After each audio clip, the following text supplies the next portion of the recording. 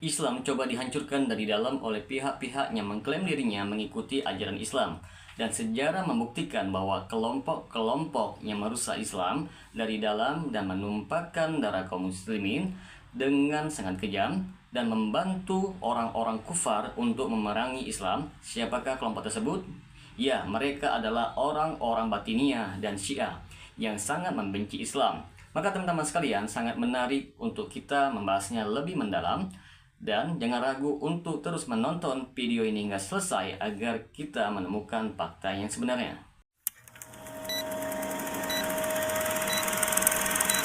Assalamualaikum warahmatullahi wabarakatuh. Berjumpa lagi dengan saya Rio Mulyadi di channel Manhaj Dakwah.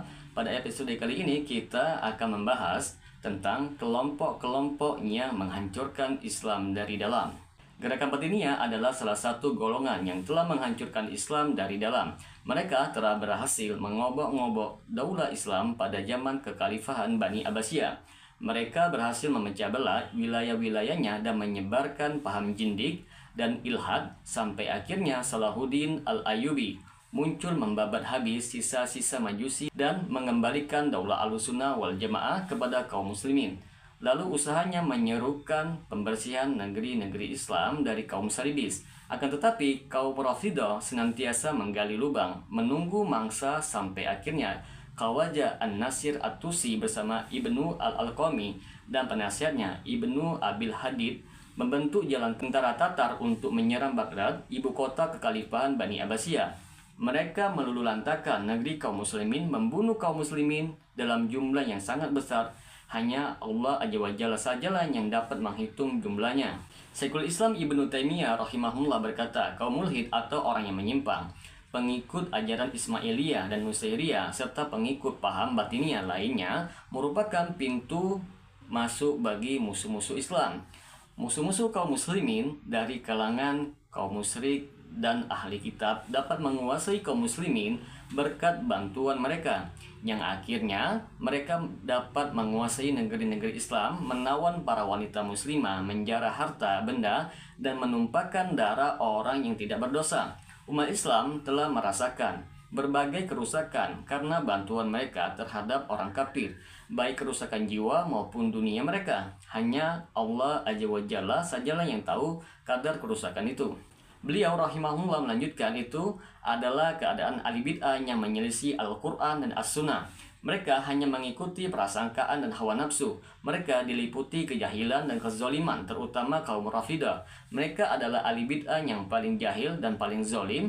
Mereka memusuhi wali-wali Allah Azza wa Jalla yang terbaik setelah para nabi yang berasal dari generasi umat pertama ini dari kalangan Muhajirin dan Ansar, serta orang-orang yang mengiringi dengan baik radhiyallahu anhu.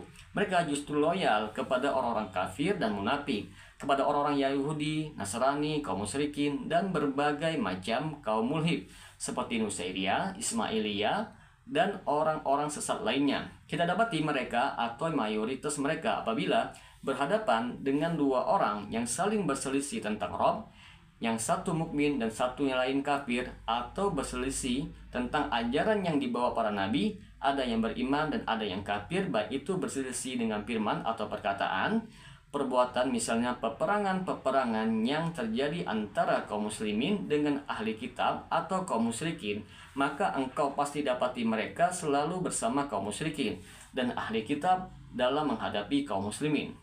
Hal ini terbukti beberapa kali mereka senantiasa membantu kaum musyrik dari bangsa Turki dan lainnya untuk mengalahkan kaum muslimin di Khurasan Irak, Jazirah Arab, Sam dan negeri lainnya. Mereka senantiasa membantu kaum Nasrani untuk mengalahkan kaum muslimin di Sam, Mesir dan negeri lainnya.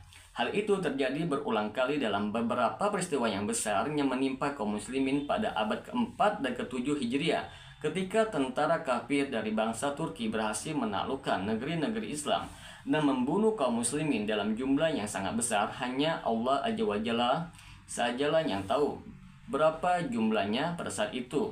Mereka yang paling banyak berbagi kasihnya terhadap kaum muslimin dan yang paling banyak memberi bantuan kepada orang kafir. Demikian pula bantuan yang mereka berikan kepada kaum Yahudi bukanlah lagi rahasia, sehingga orang-orang menjuluki mereka seperti menawan. Ibnu Qayyim al-Jauziyah berkata, kaum Jindik itu menutupi diri mereka dengan baju Rafidah. Mereka menyembunyikan keyakinan ilhad atau menyimpang dan menisbatkan diri kepada ahli bait keluarga Rasulullah SAW. Sedang ahli bait beliau melepaskan diri dari mereka. Mereka membunuh para ahli ilmu, pengetahuan, serta membiarkan kaum mulhid, musyrikin, dan orang kafir. Mereka menghalalkan perkara yang haram dan menghalalkan perkara yang diharamkan pada zaman mereka. Dan tokoh utama mereka lah yang mengarang risalah Ikhwanus Shafah. Ketika kepemimpinan berpindah ke tangan pembela syirik, kekufuran, dan ilhad, wazir kaum mulhid Nasir At-Tusi saat menjabat sebagai Menteri Hulakukan, ia melampiaskan dendam kesumatnya terhadap pengikut Rasul dan kaum muslimin. Ia memerintahkan supaya mengeksekusi kaum muslimin demi memuaskan kawan-kawannya kaum mulhid dan demi memuaskan dirinya sendiri. Ia memerintahkan untuk membunuh khalifah, para qadi, ahli fikih dan ahli hadis, serta membiarkan ahli filsafat, ahli nuzum, paranormal, dan tukang sihir. Ia memindahkan seluruh wakaf-wakaf, madrasah, dan masjid kepada mereka serta menjadikan mereka sebagai orang-orang yang mewarisi. Dalam buku-bukunya, ia mendukung kekekalan alam dan ketidakhadiran hari berbangkit. Ia juga mengingkari sifat-sifat Allah Azza wa Jalla, mengingkari ilmu kudrat, hayat, pendengaran, dan penglihatan Allah Azza wa Jalla, sehingga meyakini bahwa Allah Azza wa Jalla tidak ada di alam dan tidak pula di luar alam. Menurutnya, di atas aras tidak ada yang diibadahi. Ia membuka madrasah-madrasah untuk kaum mulhid dan berusaha menjadikan kitab Isyar karangan imam kaum mulhid, yaitu Ibnu Sina, sebagai pengganti Al-Quran. Syukurlah ia tidak berhasil mewujudkannya. Ia berkata, kitab Isyar Ibnu Sina adalah Al-Quran untuk kalangan khusus, sementara Al-Quran yang beredar adalah untuk kalangan umum. Ia juga mencoba mengubah waktu-waktu sholat. Ia ingin memangkas waktu sholat fardu menjadi 2 waktu saja. Tetapi itu pun tidak berhasil. Pada akhirnya hidupnya ia mendalami ilmu sihir.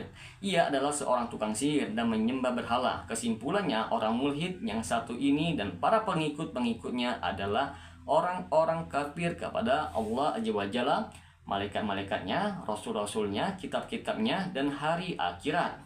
Musuh-musuh Islam memanfaatkan pengagungan kubur sebagai alat untuk menjajah negeri-negeri kaum muslimin. Sudah barang tentu orang-orang kafir mengetahui hal ini dan mereka memanfaatkannya dalam tindakan-tindakan penjajahan mereka. Mustafa Kamil, pahlawan nasional Mesir, menyebutkan dalam bukunya yang berjudul Al-Mas'alah Asy-Syarqiyah, yaitu problematika bangsa Timur, sebuah kisah yang sangat aneh. Ia berkata, salah satu kisah populer yang terjadi ketika Prancis menguasai kota Kairawan, Tunisia, bahwa seorang pria berkebangsaan Prancis masuk Islam dan menyebut dirinya Syed Ahmad Al-Hadi. Ia berusaha keras menguasai ilmu syariat sampai akhirnya meraih derajat tertinggi, lalu diangkat sebagai imam Masjid Agung Kairawan. Ketika tentara Prancis hampir mendekati kota dan penduduknya sudah bersiap-siap mengadakan perlawanan untuk mempertahankannya, mereka mendatangi Syed Ahmad ini, lalu meminta kepadanya supaya meminta pertimbangan ke makam Syekh di masjid yang mereka yakini keramat. Syed Ahmad memasuki makam Syekh tersebut. Tidak lama kemudian ia keluar dan menakuti mereka dengan bencana yang akan menimpa mereka. Ia berkata kepada mereka, saya menyarankan agar kalian menyerahkan diri karena pencurian kota ini adalah suatu ketetapan yang tidak dapat diganggu-gugat. Orang-orang jahil itu pun mengiyakan perkataannya dan tidak mengadakan perlawanan sedikit pun untuk mempertahankan kota Kairawan. Tentara Prancis berhasil menguasai kota dan dengan aman pada tanggal 26 Oktober tahun 1826 Masehi. Bukanlah suatu hal yang baru bila sejak awal kaum Sufi telah menciptakan manuver-manuver politik yang sangat membahayakan. Semoga dengan sedikit penjelasan ini dapat memberikan manfaat bagi teman-teman sekalian, dan apabila channel ini dapat memberikan manfaat bagi teman-teman sekalian, silahkan subscribe dan share. Semoga bermanfaat. Assalamualaikum warahmatullahi wabarakatuh.